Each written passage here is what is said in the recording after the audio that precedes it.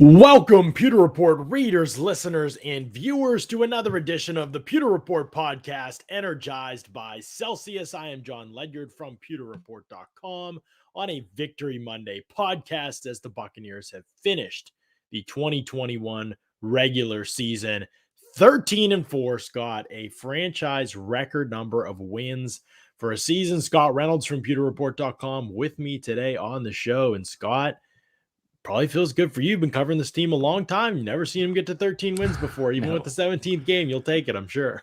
absolutely, yeah, and it's an amazing accomplishment for this team, and not just the fact that they were 11-5 last year, but the fact that they've had these back-to-back monumental seasons. Obviously, winning the Super Bowl last year, this year, not just even 13-4, going 7-1 at home. I mean, gosh, if Right. not for that absolute clunker of a game against the Saints, they would have had an undefeated home record for the first time in franchise history. But still, 7-1, such an amazing accomplishment for this team, which even under Bruce Arians' first season, the road record was better than the home record. So it's been a long time coming for these Buccaneer fans that go to the stadium, the season ticket holders. I remember back in 2014, Lovie Smith's first season as head coach. John, this team did not win a single home game that year. Yeah. Imagine throwing down thousands of dollars for you and your family for season tickets to go see your Tampa Bay Buccaneers play and not seeing one friggin' win all season. Right. It's an amazing accomplishment for this team. And the reason why that's key, the 7-1, John, is because with the second seed, which the Buccaneers earned yesterday with the 41-17 win over the Panthers, combined with that San Francisco upset out there in LA, the Buccaneers now have one home playoff game. If they win against the Eagles, they'll have another home playoff game. That's critical because Tampa Bay is so much better at home than on the road. Right. And you'll see what happens with the NFC Championship game. Obviously, we're going to get ahead of ourselves a little bit when we're talking about that kind of stuff. But that's what's the road that's laid out there for the Bucs. The only team they'd have to face on the road in the NFC playoffs is the Packers if they get matched up in the NFC Championship game. So we'll see. You're right. That does play to their advantage. I think getting that 2 seed was great. I love the video that they had at kind of the locker room and everything. It was pretty cool to see their reactions and everything as they realized they got the 2 seed, as they saw the 49ers intercept that pass against the Rams, and some other teams kind of limping into the playoffs too, which we'll talk about today. We're also going to talk about our top 3 offensive and defensive hits and misses from this past season. Things we thought were going to be the case going into the season that didn't turn out that way or turned out exactly how we hoped they would turn out as the season went underway. We're going to talk about those in the show today as well. But first, Scott, we got to talk about our friends over at Celsius. Celsius powers active lives every day with essential functional energy. I got this one in the koozie today because I forgot to grab one from the fridge. So yeah, I got the sparkling watermelon here, but there's so many great flavors, Scott, and there's no sugar in them. Yet the taste is unbelievable. It's like they've figured out this cheat code to making the best energy drink. Plus, there's no crash like there is with other energy drinks. It's incredible. Yeah, it really is. And to me, that's the big thing is listen, after a late night last night, I didn't get done working until around 1 a.m. And tonight there's the national championship game, Georgia, which my wife's from Georgia, so I'm a big Bulldogs fan, going up against Alabama. And you know what? I bet on Alabama on the money line on my bookie, John. So I'm covered either way. Either I lose the money and Georgia wins and I'm happy, or if Georgia loses, then Bama gets me money in my pocket. But I needed this Celsius today, not just to get me up this morning, but also to keep me up for the game tonight. And that's the beauty of Celsius, is you get that energy that you need without the crash. Yep, absolutely. It's great stuff. So you can check it out. Click the banner ads at pewterreport.com or go to Celsius.com, use the store locator, and find out where they are selling Celsius near you. Scott, we are diving into this matchup here with kind of looking ahead a little bit at some points on today's show. But first, we are going to kind of look back a little bit because there's not much time to wrap up a regular season. We'll obviously take time to look at the team as a whole once the playoffs are over, and however that ends for the Bucs will determine what a lot of that conversation looks like. But I think it's important to look back at the regular season too and just kind of evaluate what happened this year and where the team is at too going into the playoffs because of that. And so having said that, we've got our top 3 offensive hits and offensive misses of this past season for our thought processes and things that we were thinking going into the year would be the case.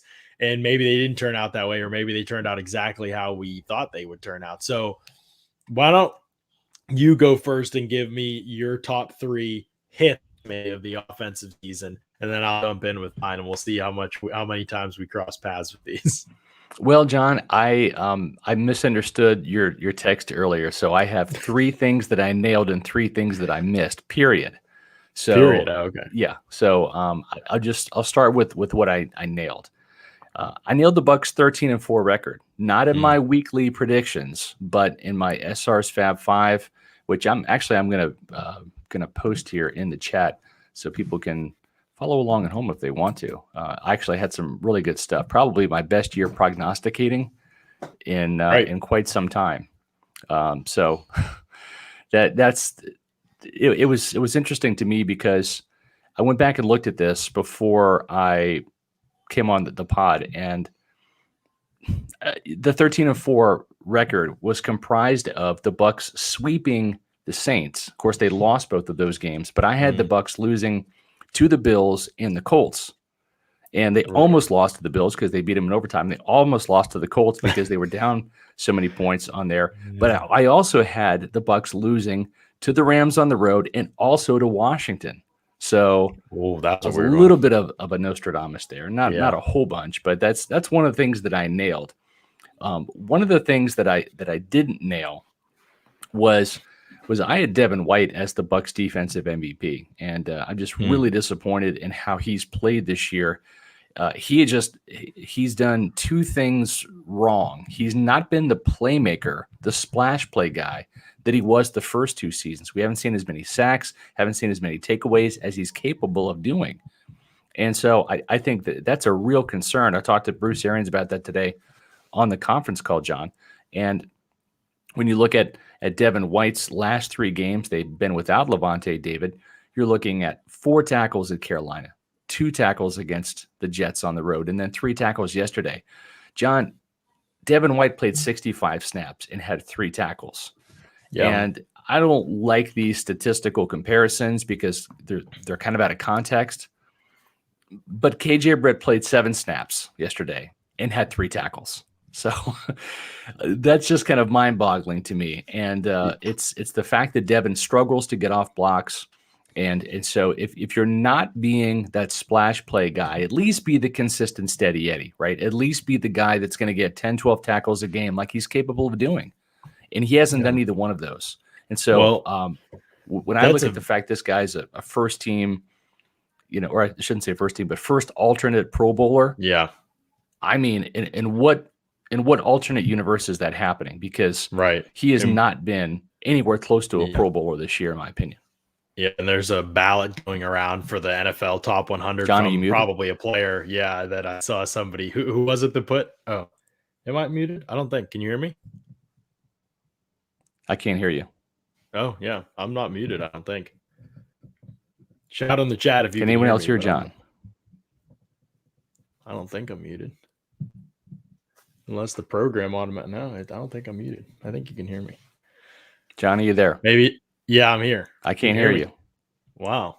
I don't know what happened there, but anyway, as long as people in the chat can hear me, I hope they can. It says I'm connected and that y'all can hear me. Yeah, they can hear both of us. Everybody can hear. So I don't know why they can't hear you, but it looks like one of the things I was going to say about Devin White, just in terms of what you were talking about with him, is that there is right now, like still around the league, this idea that he is a premier elite player in the league. Like, and you saw, I think Paul sent us, there's like a clip going around, like a screenshot of a player's ballot for the NFL Top 100.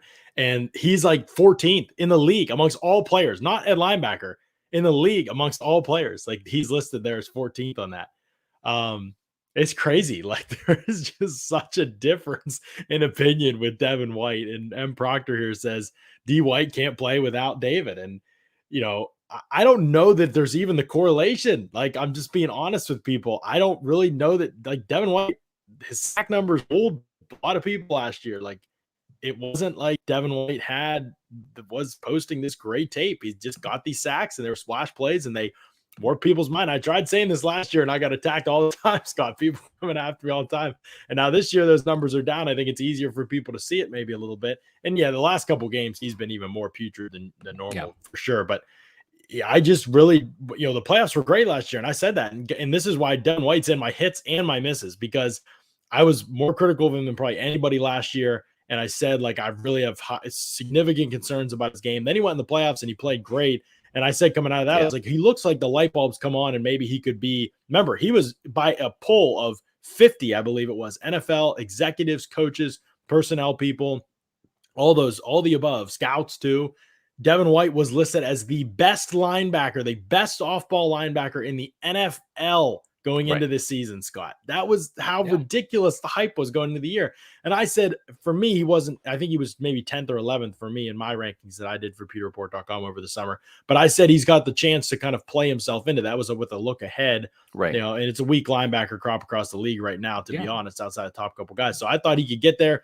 So kind of both. Like, I've been real about his struggles, but I did think it was going to click into place this year after watching him in the playoffs. Looked like it in the playoffs. That Saints game in the playoffs is still one of the best games I've ever seen by a linebacker. Like, not just the pick at the end, like everything he did, he was just unbelievable, and he just cannot channel that on a regular basis. It gets to the point now where we're going to head into the playoffs, and we'll see what happens in the playoffs. But you go into year 4, and it's a big year for him. I don't think there's anything guaranteed about what his obviously his 5th year option, I'm sure, will be picked up, but long-term future, he needs to make a big leap in year 4, I think. No question about that. He really does. And this has actually been quite damning, because listen, Lavonte David's not going to play forever, right? And if you want the mantle to be passed, the torch to be passed, I should say, from Lavonte David to Devin White, then Devin White needs to play like Lavonte David to a degree. Right. And this guy is not in the class of Derek Brooks, Lavonte David, Hardy Nickerson, the 3 best linebackers in franchise history. I mean, he's not even up to Shelton Quarles' level of play, if we're being honest. No, I mean, not at all. what you're seeing, what you're seeing is a more athletic, faster version, a bigger version of Quan Alexander, whose instincts are just not that great. I mean, he gets by on speed and athleticism, and I want to see more from Devin. I think he has it in him. I'm not bashing Devin. This is not a hate Devin podcast by any means. I want him to be in that caliber, but it's clear he has taken a step back this year. And it's just been damning that in these 3 games without Lavonte David, that you have not seen Devin get at least 10, 12 tackles and kind of be the guy that he usually is with Lavonte. Right. Yeah, and Cameron brings up a pretty good point here. The worst part of Devin White is that I think Devin White thinks he's the best linebacker in the league too, and this is what it's going to come down to with Devin White. Yes. How accepting, how secure are you? I mean, let's step outside of football, Scott. If you were going to grow as a human being in anything that you do, you need to have self-awareness to what your limitations are and to what you're not good at. Like, if you came to me and were like, you're great on the pod, but you're just not a very good writer. Like, if I took that and was like, I'm a great writer, I don't know what you're talking about, like, then I wouldn't read books and study grammar and all the things that I need to be better at what I do. So I think it's just going to be huge for Devin White to be able to look at the last few games and say, man, I've played terrible. I need to play a lot better. And when you talk to him, it's the only impression we get, so it could totally be the image he puts off for us. Right. When you talk to him, he is somebody who very much hates to focus on anything negative. You can tell right away. They come off of a disappointing game. He's talking about like the next thing, and I get that's his mindset, and I get that, but he's rarely talking about kind of, I need to focus on, like, I didn't play well. I need to do this better. There's like, not much accountability. Personal fouls, at least not publicly. Game, right? Yeah. So maybe privately there is, and so I don't want to judge him based off what we just see, but that's all we see without open locker room, without being able to talk to players like we once did. And you know what? And you wonder what that looks like moving forward. This is interesting because John Smith says, take away Devin White's show, horsing with White.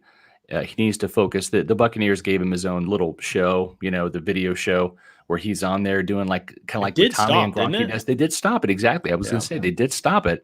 And kudos to the Buccaneers, because maybe that's him too. Maybe that's him. Maybe he said, I need to focus too. I don't know. So I'm not sure. And obviously I want players to have interest outside of what they do on the field too. But I think it's something that you got to consider if you're Devin White and you're not playing well. Like, you're looking at all kind of avenues to be able to get better. So hopefully that happens for him. But I just brought that up because I had I had in my hits and misses, and you talked about in your misses. And so that was an interesting one. The other one I'll say that was a hit for me was just Gronkowski. I watched him last season, and people were like, it wasn't too bad, but he's slowing down. He's getting near the end. And, I was just like, I don't see a player that's getting near the end at all. To me, he looked awesome last year. I thought he and Brady, I think I've mentioned it a ton of times in this podcast, everybody else in the team had their best catch percentage of their career in terms of converting targets into catches last year. And with Gronkowski, it was the worst. You know, he and Brady, Yeah. for whatever reason, the system, the timing, those two were just off most of the year. And even into the playoffs, like they really didn't always get going. And so this year, just totally different story. They've been Yeah. absolutely fantastic. Gronk's catch percentage is way back up, and his numbers were unbelievable. 808 yards this year, despite only playing in 11 games. He was on pace for like almost 1,300 yard season, 9 touchdown season if he played the whole year. I mean, those are still like all-time good numbers for a tight end, and he's still putting those up in an offense that has a ton of other pieces. And it's just, he was remarkable. And he was one guy I watched after last year that I was like, man, people got to watch the tape, because his numbers were fine last year, but the tape showed a dude that could have easily he got 1,000 yards last year if Brady hit him on a bunch of throws. Yeah, and he would have had 1,000 yards this year easy without being out those games, right? I mean, easy 1,000-yard season. And that's never been done before by a tight end in Tampa Bay history. And so the fact that he finished with 805 yards, despite those games with the punctured lung and the broken ribs that he missed, that's a quite an amazing accomplishment. Yeah. And now we get in the same conversation with Gronk in some ways, Scott, that we do with Brady, although with quarterback, it's obviously a more like Brady's obviously the best quarterback in Bucs history. I think everybody would say that. But then it comes to, you know, where do you like tenure, you know, would you also say, like, I know Jimmy Giles was a really good player for the Bucs, but Gronk's probably the most talented tight end. Oh, there's no Bucs doubt. History. There's no doubt. I mean, I like Jimmy Giles, but I mean, there's no comparison. Yeah. Right. So you've kind of got those two guys still at the height of their powers. Jimmy Giles is in the Ring of Honor, and Gronk's going to be in the Hall of Fame. Big distinction right there. Right. And still playing at that level, too. It's not like you got him near the end and he wasn't the same. No. I think that's the important thing for people to understand, is that. And it will create this huge, interesting conversation this offseason, because you've got this wide receiver 3 hole that's probably going to exist. I very much doubt, even if the Bucs want to run and win the Super Bowl. It's hard for me. It's got an asterisk, because Chris Godwin, I think he's going to get re-signed, and you do too. Right. But he's going to be coming off that ACL injury, and is he going to be ready for training camp? Is he going to be linger into September? Is he going to come back and just be that guy right off the bat, or is it going to take a little bit of getting used to that? And is the rust going to be there from not being able to go through OTAs and training camp? You know, we'll have to see. Right. And they're going to need Gronk more than ever, I think. Next year. Exactly. So I think he's back if he wants to keep playing. Let's just assume, for the sake of the conversation, he wants to keep playing. The Bucs have shown, and this is a credit to Bruce Arians and Byron Leftwich, this is not an offense that's had a lot of production from a tight end in years, at least. I mean, part of that's the guys that they've had, but another part of it last year, if you look at how they used Gronk, he was he pass protected way more reps last year than he has all season this year. And he was in line almost all the time last year. This year, they're flexing him. They're putting him in the slot. They're putting him out wide. They're moving him around more. So they found ways to get him more involved in the offense. And I think the result has been great for them. And I think it has. I wonder if going into this offseason, Scott, they're like, we're going to keep using him like this. And we're, wide receiver 3, we're going to find somebody for sure, but we're going to draft somebody. It's not a huge deal to us. Like, we don't have to find a game changer like Antonio Brown, as long as we've Godwin back and Evans and him. They want to be deep at wideout. We know that. Yeah. But Gronk's dominance may affect how they look at that third wide receiver spot compared to what they would have done before. It's not just the dominance, it's the rapport with Brady, right? This is not just, some tight end that Brady inherited, here in Tampa. This is a guy that he recruited and told Jason Light, trade for this guy. I got him ready to come out of retirement. Just call up Bill Belichick, get this done, get Gronk down here. So it's a double whammy. It's a fantastic tight end, as you said, John. And it's also that rapport that he has with Tom Brady, dating back to those Patriots days, that make him so unique for this offense and for the production that he has. Yep. Speaking of production, one of the things I hit on was I actually said that Mike Edwards would lead the team in interceptions this year. Oh, wow. That's funny.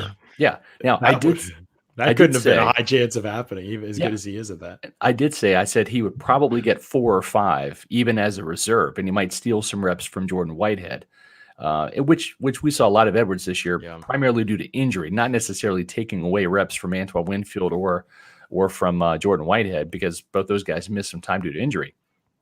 But it may be if Edwards didn't get suspended those 3 games, he might have had 4 or 5, but he had 3 to lead the Buccaneers. The Bucs had several players, Pierre Desir, Sean Murphy-Bunting, I think Jordan Whitehead and Winfield each had 2. So they had a couple players with 2. Edwards actually had 3, including those pick sixes against the Just Falcons. being healthy most of the season helped him with everybody else being Yeah, out. yeah, exactly. It's kind of natural elevation. He didn't do anything except just be healthy and made the plays.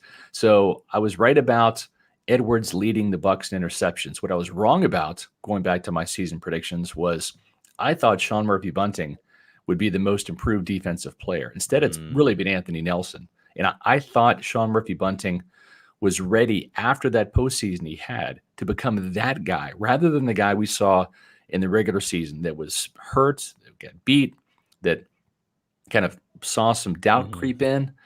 And we have not seen that Sean Murphy-Bunting that we saw in the postseason. Just like Devin White, those two guys, I don't know if that was a mirage or maybe it's a sign of things to come. They're just not ready for that on a regular basis yet. But I got fooled in the postseason by what Sean Murphy-Bunting was able to do. We just haven't seen that quality of coverage on a consistent basis like we did. I mean, he made some absolute hero plays. That interception inside the Saints red zone, stepping in front of Michael Thomas.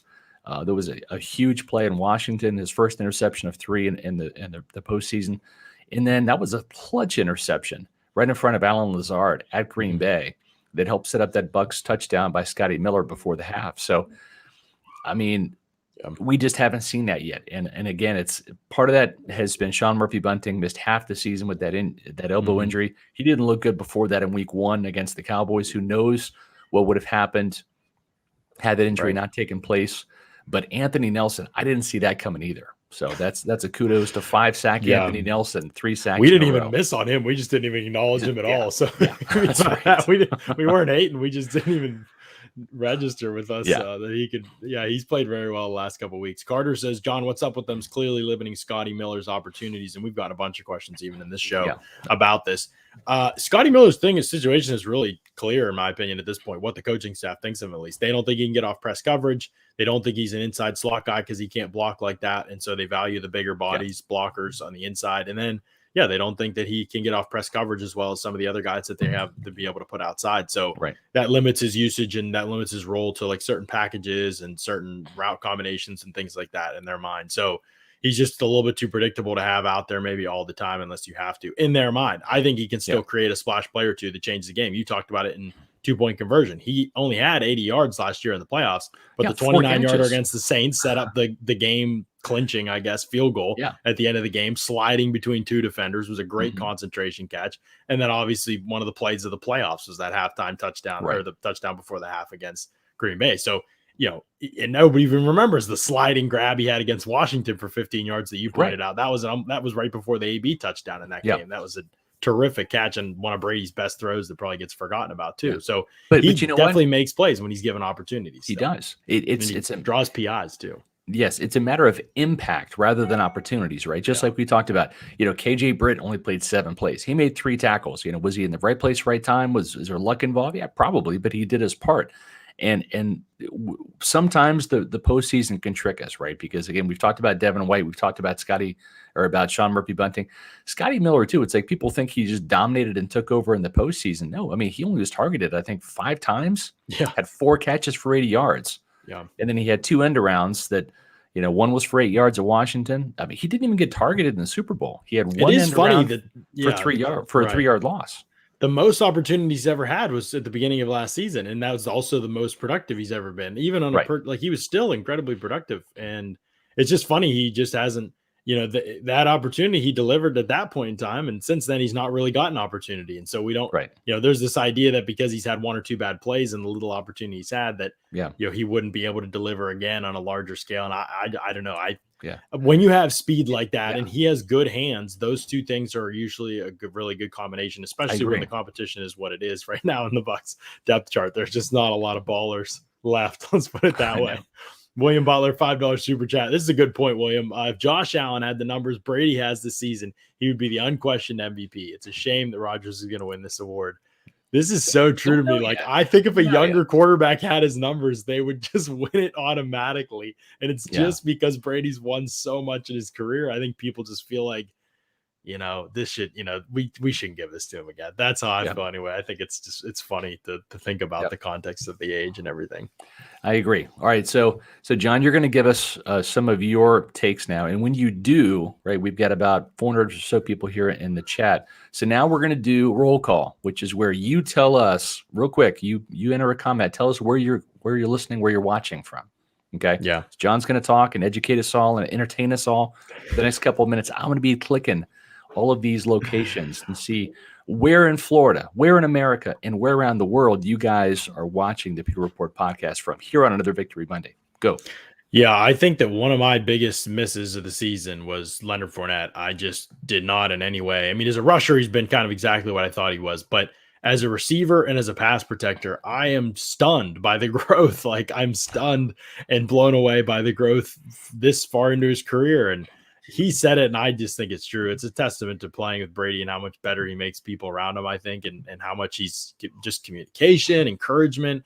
I think all those things have meant a lot to Leonard Fournette. And so that's been really cool to see his growth. And just as a person, I like the way how open he is about himself.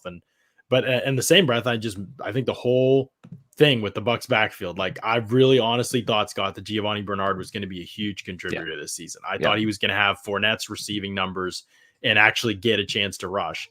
I'm not sure if this one's on me or if this one's on the Bucs. Like, I really do think Giovanni Bernard could be more productive than Fournette if you gave him all the same touches as a receiver. Not to knock Fournette, I just think Giovanni Bernard is good and probably a little bit more elusive in space and definitely has better acceleration.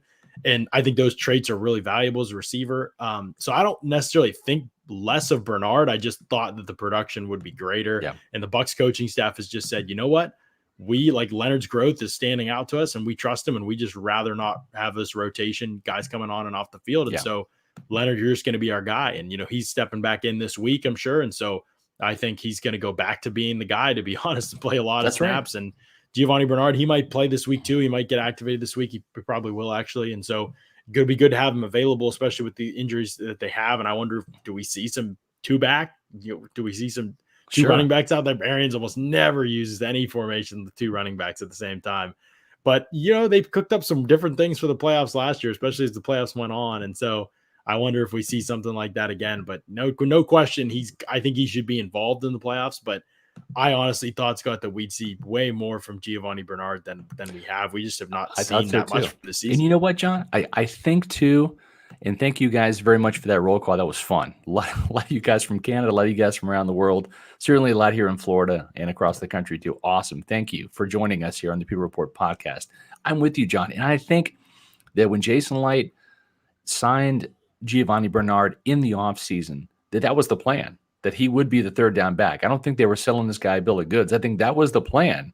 And it just kind of developed to where Leonard Fournette in training camp just kind of stepped up and was that guy. And really from week one on, I think just kind of took over that role, and it was a little unexpected. And, and the other thing too is where we saw Giovanni Bernard really step up as that receiver was when he caught 9 passes in week 3 out there in LA, scored the touchdown, but then hurt his knee. So it just kind of derailed, just when he was getting a little bit of momentum, derailed his progress.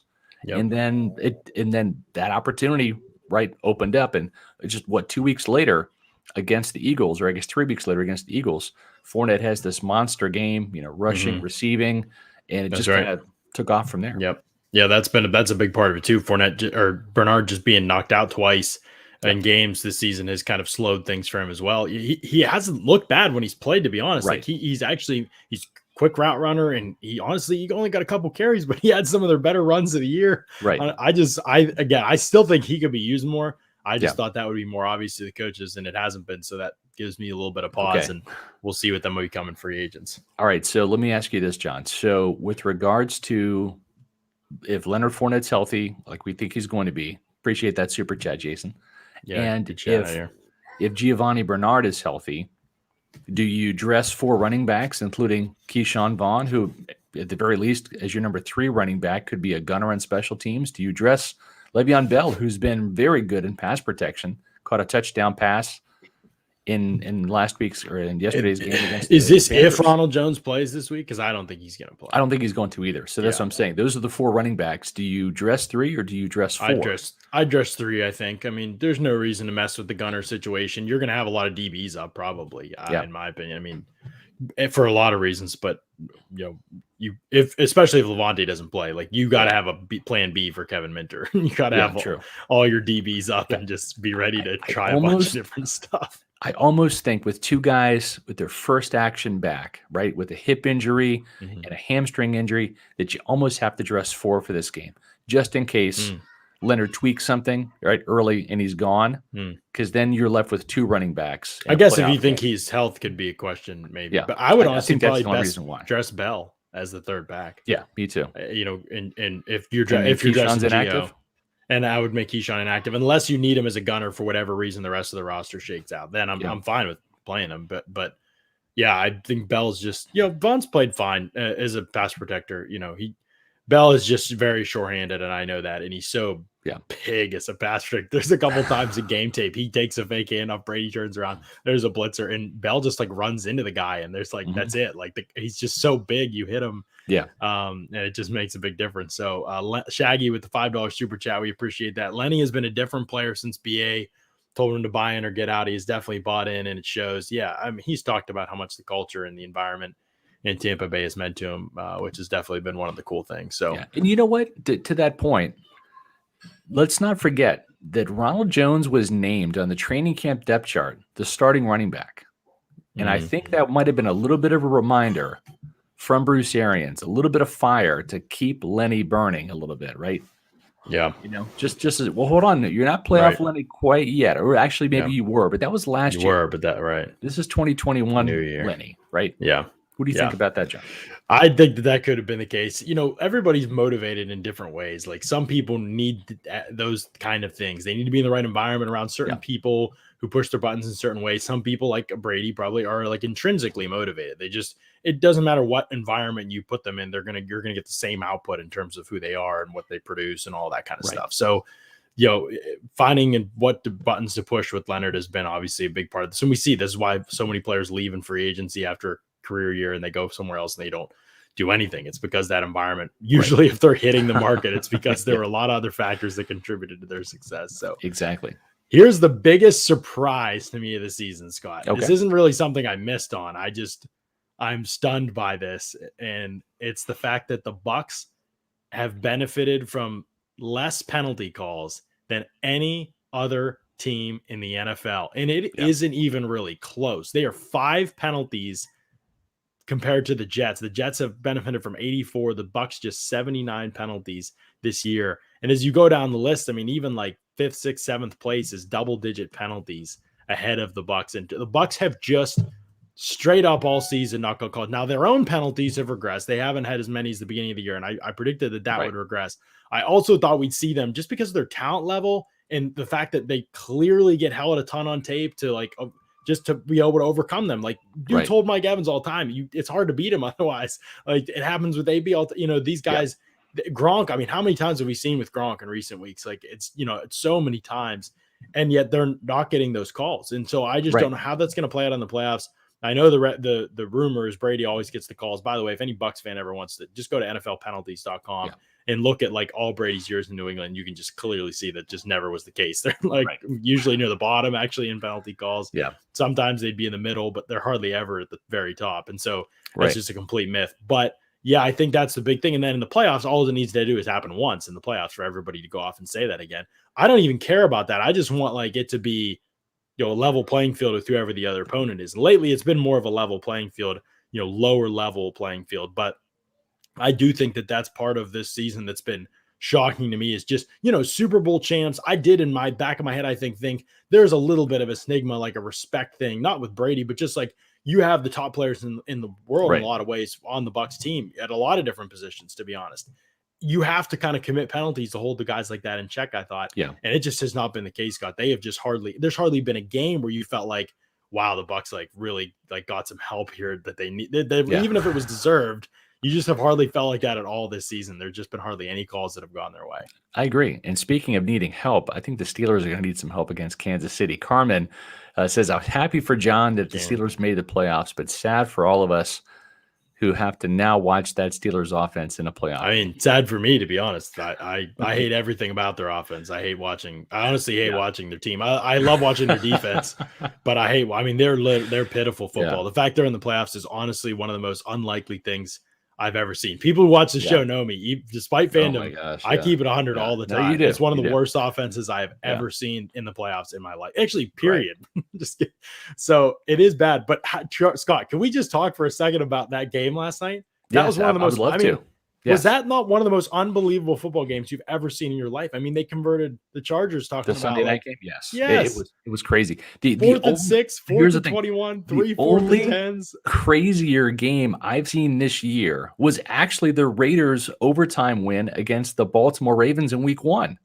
Where was a crazy game, but this was like the most unlikely game of all time. I mean, they converted 6 4th downs. Yes. 5 of them were 9 yards or longer. Yes. And I was going to say that those were not like 4th and 1s either. Those were some serious. That was a crazy game. Yeah. It was. But I'm just saying. Game. Yeah. And listen, I've got some relationships with the Raiders coaching staff, right? Because obviously John Gruden brought a lot of those guys there. I mean, from Rich Bisaccia, who was the special teams coordinator in Tampa under the Gruden years, Gus Bradley, who was a linebackers coach here, as the defensive coordinator, Greg Olson, who served as offensive coordinator and the quarterbacks coach for the Bucs when they were with Raheem Morris, and also the quarterbacks coach under John Gruden. So he's had like 2 stints in Tampa. It was wild. I mean, Tim Burbanek, Byron Storr, the assistant special teams coach, Mark Ortega, who is Rich Bisaccia, is like kind of a right-hand man. He was Gruden's right-hand man here. A lot of Raiders people on that staff I'm really happy for. And I was texting some of them last night and tonight. Congratulations. I don't think they're going to beat the Bengals because the Bengals kind of waxed them earlier in Las Vegas this year, 32-13. The Bengals just seem pretty hot right now. Neither of those franchises have won a playoff game in forever. I think Raiders 2003 maybe, and Bengals 1992. Yeah, and this one is here in, or I shouldn't say here, but it's in Cincinnati, so it's going to be a tough game for the Raiders. Mm-hmm. But yes, John, that was an absolutely wild game. Whereas if it's a tie, the Steelers go home, right? That's the crazy element of this. And the timeout was called, and the Raiders said, "Screw it, we're going to go for the kick." Yeah. Just a classic special teams call by a special teams coach. And Rich Bisaccia says, screw it. We're not going to go for the tie. We're going to have our kicker win the game. And they did. I tell you what, I could fight all these people on Twitter. Just let it be a tie. Just kneel it out. Let it be a tie. And both you go to the playoffs. Why would you want this amazing game to end with a winner? I know. People are sick, man. Like, what are you talking about? Ties are the you worst play thing to ever. Win the game. Yes. That's another former Buccaneer assistant coach, Herm Edwards. That's right. I mean, I was egregious to me, but I'm glad they're in some ways. The only reason I actually cared, to be honest, Scott, because I know they're going to get waxed in the playoffs and they don't deserve to be there. But I actually, the only reason I cared was just, I can imagine being Ben Roethlisberger and you're like, yeah, we're going to the playoffs after you win. And then you literally watch a tie happen intentionally in overtime, and that's how your career ends. That's just a rough way to go. I mean, probably losing to the Chiefs will be rougher, but oh well. It was a fun game. Crazy game, though. One of the craziest nights of football in my life watching that game. So listen, I promised I would do, since we're talking about the Steelers and former Bucs coaches, I promised I would do my Mike Tomlin impersonation today, which I'll do. So, John, I need you to play the role of intrepid Pewter Report reporter, John Lydiard, asking me, Mike Tomlin, when I was the Buccaneers defensive backs coach, ask me about Rondé Barber. You were doing a story on Rondé Barber alone, specifically Rondé Barber. What Rondé Barber brings to the secondary, what makes Rondé Barber a special player. Go. Okay. All right. Mike, just watching Rondé Barber this week and watching the way that he dominates the slot position. And I know the Hall of Fame candidacies might be something that's in his future, and just wondering what you think of his game and what it's meant to your defense. Well, Rondé means a lot to our defense, just like John Lynch and Dexter Jackson and Brian Kelly and all of our guys really are trained to be professionals and to go out there and do their job. Obviously. Ask a follow-up question about Rondé. Okay. Rondé, he's the guy, he plays a kind of a unique role in your defense. Obviously, he's as good a run defender and blitzer as he is in coverage a lot of the time. Just what makes him so unique to be able to play that position? We have a lot of unique guys. John Lynch is unique. Brian Kelly's unique. Corey Ivy's unique. Dexter Jackson's unique. Ronnie Barber's unique. All of our guys are unique. Follow up, John. I don't have any more questions. I mean, you didn't throw it enough. Obviously, so that's what you need. He says, that's true. Obviously, that's true. Yeah, obviously, yes. But you know what I'm saying? It's like you want something specific, and he just doesn't give it to you, right? Yeah. It's like he just talks about all of his other guys. Byron Leftwich learned a couple things when he was in Pittsburgh. He did. It wasn't much about quarterback play, but he learned about how to answer questions to the media. I think for sure. So. Yep. It couldn't be more different from Bruce Arians, though. We were talking about that today. It's funny. So let's transition now as we come out of this, kind of reflecting about the regular season a little bit and look ahead. I got one more for you. I got one more. Oh, okay. If Another impersonation? Well, no, not impersonation. My impersonations are done. I might get to the Chuck Berry story if we have time, but it's getting a little late now. It might have to be on Wednesday. We'll so maybe we'll do the Chuck Berry story Wednesday. But what I said would happen was that Shaq Barrett would lead the team in sacks this year, and he did. I said I thought he'd have 13. He ended up with 10. And I think he missed a couple games though. He missed a couple games. I think he probably could have got there for sure. But the Panthers, I did not believe JPP would lead the team in sacks like he did last year with 9.5. Where I missed was I said the Bucs would have 7 Pro Bowlers. They actually had 5. I mean, it's comical they only had 1 Pro Bowler, which was JPP, and during the Super Bowl year. But that's just the way it was. I said they'd have 7. I got 4 of them right. They ended up with 5. Brady, Wirfs, Marpet, and Barrett. Those were the 4 guys that I predicted would get in, and they did. The guys that I predicted also would get in was Godwin, Vita Vea, and Devin White. Those guys didn't, although Devin's close, right? He's first team alternate. Godwin could have if it wasn't Godwin could have 4 guys going absolutely crazy all season statistically. What Jamar Chase, Cooper Kupp, Justin Jefferson, and Deebo Samuel did this year was unbelievable to watch. Those 4 guys. Otherwise, Godwin's probably in the conversation if he stays healthy. Oh yeah, you're exactly right. Matter of fact, John, Chris Godwin missed the last 3 games, actually 4 if you really want to count the fact he was out in the first quarter of that Saints game. He still led the Bucs in receptions. 98 catches. 98 catches. Mike Evans is second with 74. That's 24 more catches than Mike Evans. And he still beat him in yards, 1,103 to 1,035. Now, of course, Evans is the touchdown guy, 14 touchdowns. Godwin had 5 touchdown catches, 1 touchdown rushing against the Rams. So maybe, his lack of touchdowns might have hurt him a little bit, but you never know. He could score a couple touchdowns and maybe wind up with 8 or 9 had he stayed healthy. And then, of course, the guy that I didn't say would get in that did was Ryan Jensen. And Ryan Jensen had a great year for the Buccaneers this year. He's been playing at a really high level the last 2 years, especially. Yeah, for sure. You know what's funny? It's not funny. It's actually, it kind of sucks, to be honest, because this season obviously is great. It's regular season, no question about it.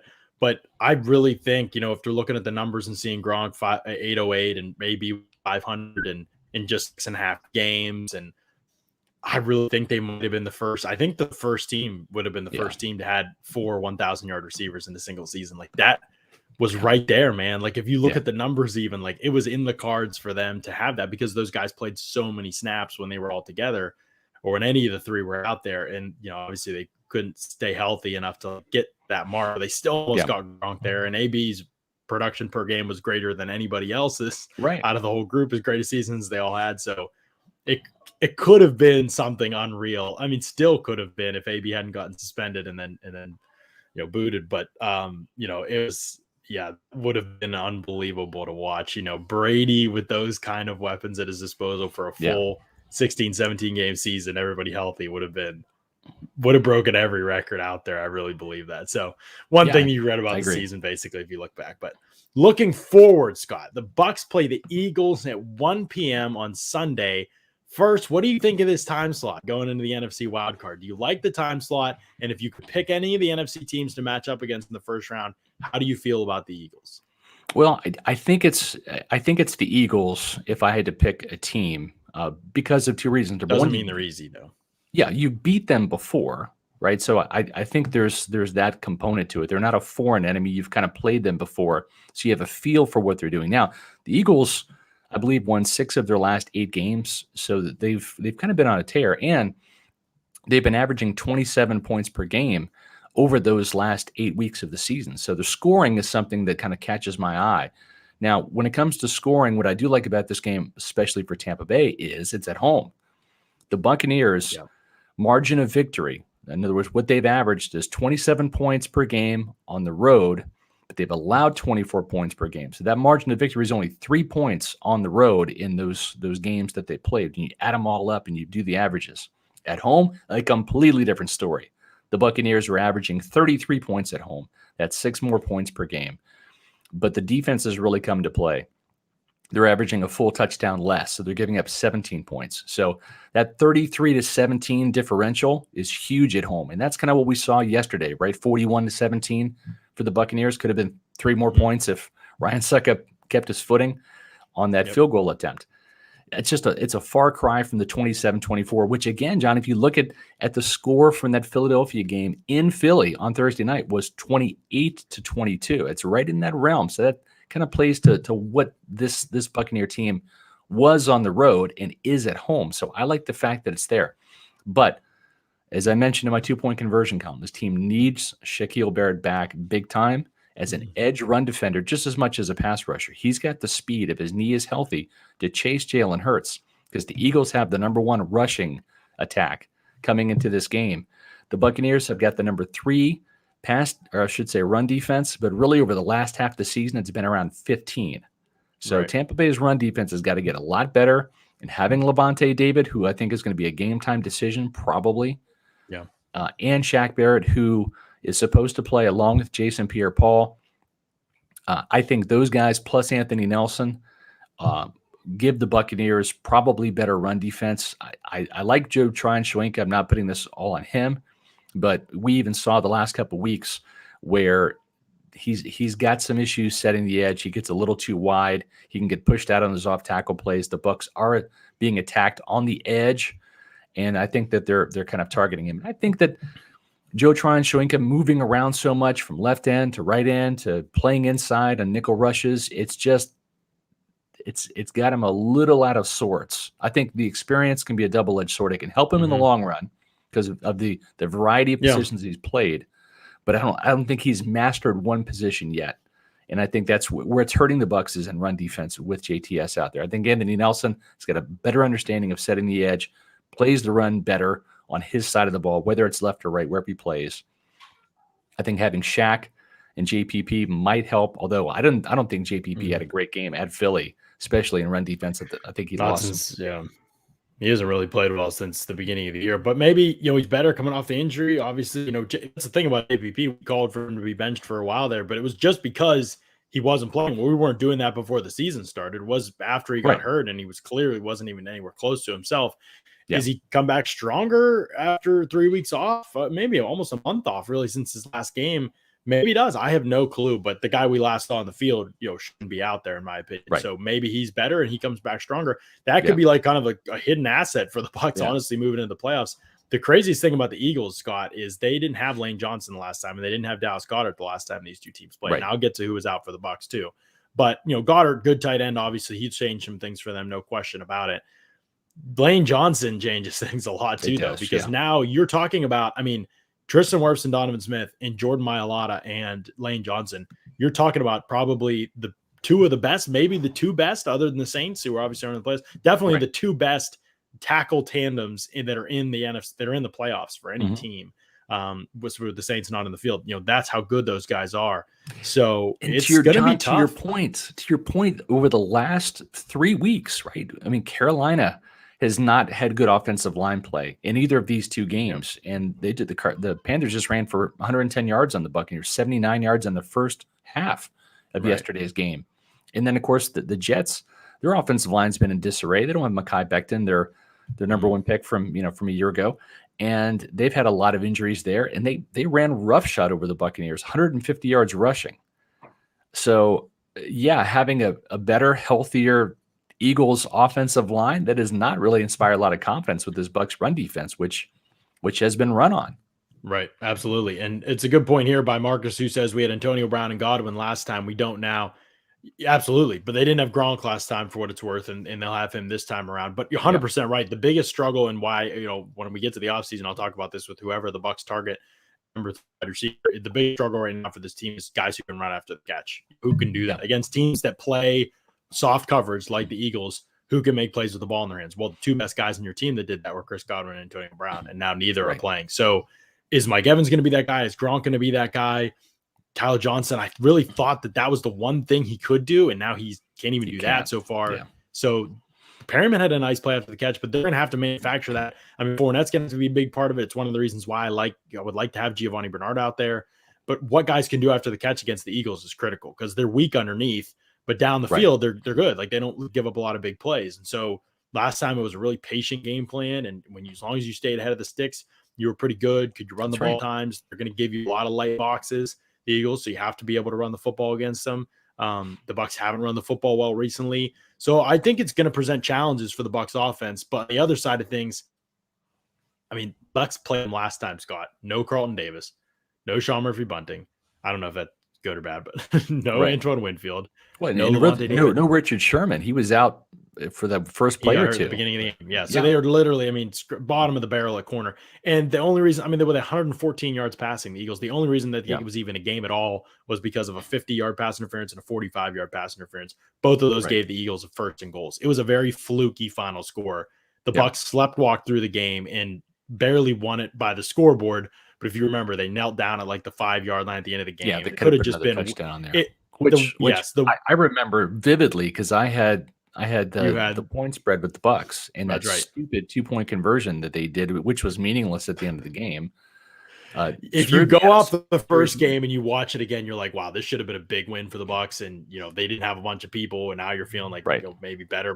But I think the Eagles are playing better. Here's the one thing to think about. Are the Eagles playing that much better, or the opponents they're playing just much weaker? Here's them at the beginning of the year, Scott. Lost to the 49ers, lost to the Cowboys, lost to the Chiefs, lost to the Bucs, lost to the Raiders, lost to the Chargers. All those are playoff teams except the Chargers, who, probably better than some of the teams in the playoffs. And that was the beginning half of the season. They lost to all those teams. The teams that they beat this season, I think somebody already mentioned it, they're 0-6 against playoff teams. The only team they beat with the Saints, and they're all right quarterback. They have not really proven themselves against anybody quality this season. And so just winning games will give you more confidence and will change some things as a team. Yeah. And will give you more belief in yourself, even if it's against worse opponents. Nobody thought the Eagles were going to be in the playoffs this year. Nobody thought the Eagles were going to have a winning record this year. So just being able to go out there and compete in some of these games, I think they have a good system. I think I'm encouraged by their coaching. If I'm an Eagles fan, I'm pretty encouraged. They shouldn't have the talent to beat the Bucs. There's no question about that. But the Bucs have screwed around a little bit. They screwed around the first play of the game of the playoffs last year. And lately the defense just looks very, very beatable. And if the defense is very, very beatable in this game, try to get concerns because the Eagles defense isn't amazing, but they're good enough where you're not going to probably blow out that unit. They're competent enough and they prevent enough big plays where that's unlikely to happen with the personnel the Bucs have. This feels to me like a 30-24 type game. It's going to be close. I think the Eagles are better now than they were when the Bucs played them. And if the Buccaneers lose this game or the next game, or if they lose it all in the postseason, it will be because of the defensive side of the ball, right?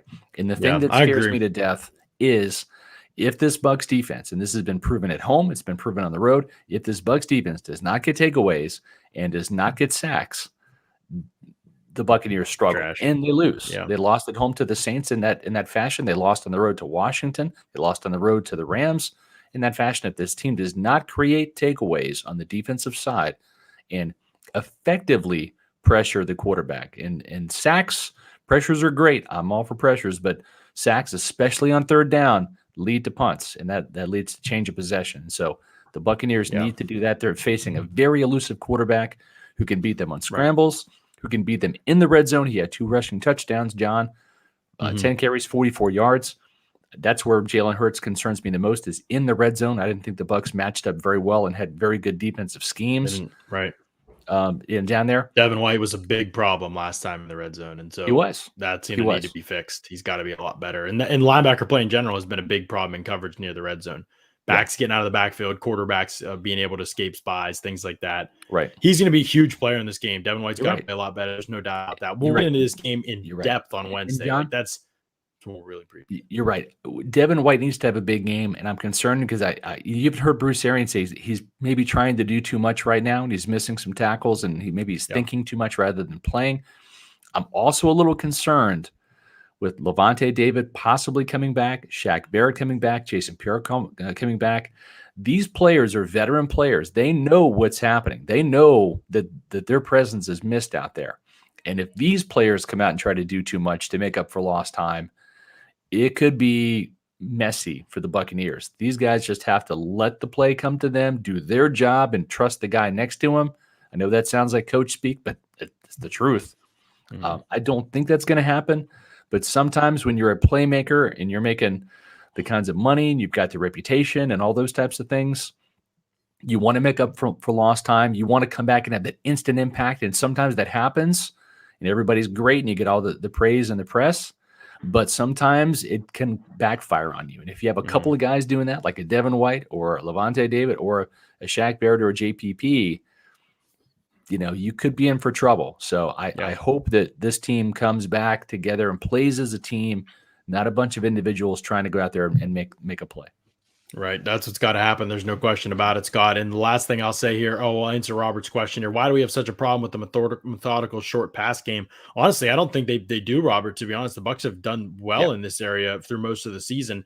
When teams adjusted and tried to play more deep coverage against them after the first few weeks of the season, they did a lot of this. They went underneath a lot, and Brady's ADOT went much lower than what it is now, but they remained a pretty productive offense, So I think they do need another guy who can make plays with the ball in his hands this offseason. That's a key, whether it's a back or a receiver or both. You can find guys like that, role player like that in the backfield for sure. But I think it should be a priority for them in the draft as they're looking at that spot. But yeah, I think generally they're okay in that way. You got to make catches, you got to run crisp routes, you got to know where spaces are in zones. Eagles have been a heavy zone defense. Brady, that should be a good news for him. And so we'll see how they treat it, obviously. Last thing I'll say is that there was a graphic. I retweeted it too. I wish I could show it on the show, but there's a graphic that went up today that just showed like this strength of schedule for every team in the league, but especially every team that was left in the playoffs or all the teams that made the playoffs. And the Bucs offense faced the hardest defensive schedule of any, and this should factor in the MVP conversation too. They faced the hardest defensive schedule of any team in the league this season. And on the other side, except for the Jets, I think the Jets were the only ones a little bit harder by the Jets. But then defensively, they faced by far the easiest slate of opposing offenses in the NFL this season. Like they were quite a good distance between them and the next closest team in that regard. Yeah. So the offense, goes out and top in the league. Now the defense is ranked pretty decently in most categories, not great, but decently. My problem is this. I wonder what's going to happen when you face better units. Maybe the Eagles are that unit. I think we just have yet to see them really be tested. So maybe they are that unit, and maybe they don't even need to be a great unit to beat the Bucs defense the way they're playing right now.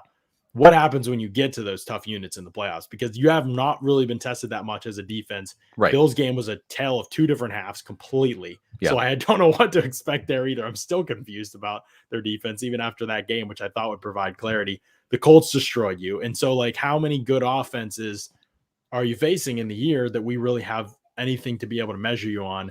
And plus you're missing a lot of people. So how does everybody come back? And it's just a lot of questions about the defense, Scott, in my opinion, going into the playoffs. I know what the offense is. I know what they can do if they execute. If they beat themselves, then there's a lot on the table, but the defense, I agree. I don't know if they're good enough or not.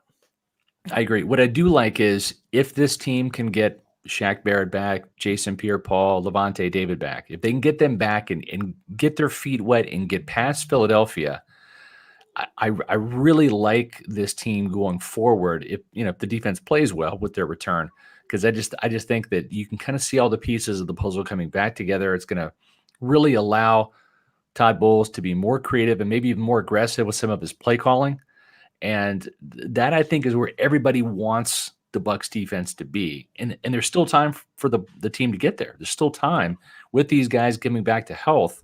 If they can, I don't want to say get by this game because I don't want to look ahead too much, but in order to get to the Super Bowl, you got to get through the Eagles, right? And if they can do that and these guys come back and get through this game, whoever their opponent is the week after, I think there's a chance this Bucs defense can even be better as long as they don't get bit by the injury bug again, which seems to be a problem. Now you've got Jamel Dean with some hamstring tightness, and it just seems like this team is just not as healthy as it was last year, and it's frustrating because the talent is there for a repeat.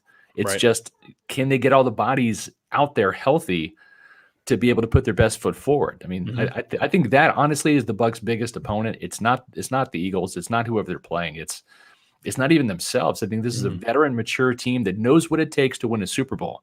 It's just that, can they stay healthy? Right. I think that's the invisible enemy is the health bug.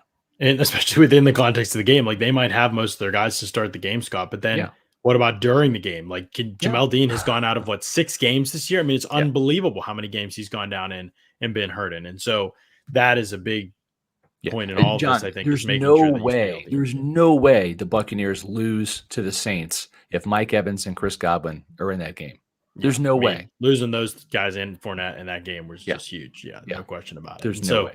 Right. So that's going to be key. They're obviously not going to have Godwin. They're not going to have AB, but everybody else could be back for this game. Yeah. Everybody else could play that's on this team that's a starter. So that's a big thing moving forward. If you can get everybody else back and keep them back, but you've just lost so many people within games that even if you start 100% or 95% healthy with Godwin, going into the playoffs, I don't know if anybody has confidence they'll stay that way given how the season has gone. And there's not much logic to that. It's just a feeling. Cyril Grayson's another one. We'll see what happens. But anyway, appreciate everybody jumping in. This is great. Everybody, if you could, before you leave, hit the like button on the show. Coming out of here, give us a thumbs up. That helps boost our YouTube SEO, brings more people to the show. Numbers have been awesome lately, and that's largely thanks to y'all. Y'all are killing it. Super chats and likes and sharing the link and subscribing too. Subscribe to Pewter Report TV. We're going to be live. We'll be off tomorrow. We'll be live Wednesday as well. We're going to break things down Wednesday. This matchup, we'll go in depth, especially on the stats and the specific matchups in this game. We'll go live on Wednesday at 4 p.m. and do that. And then Thursday night, 8:30 p.m. Eastern, is myself, Paul Atwell, and Mark Schofield. We're taking a detailed look at the Bucs offense and what it can look like without Chris Godwin, without Antonio Brown moving forward into the playoffs. What changes for Tom Brady, for Mike Evans, for Rob Gronkowski, and who steps up amongst the other, what's left of the wide receiver group. We're going to talk about all that on Thursday night. So a full week of shows coming your way. It's going to be awesome stuff. We can't wait to do it, and we appreciate y'all. And thanks so much for listening to another edition of the Pewter Report podcast. Out.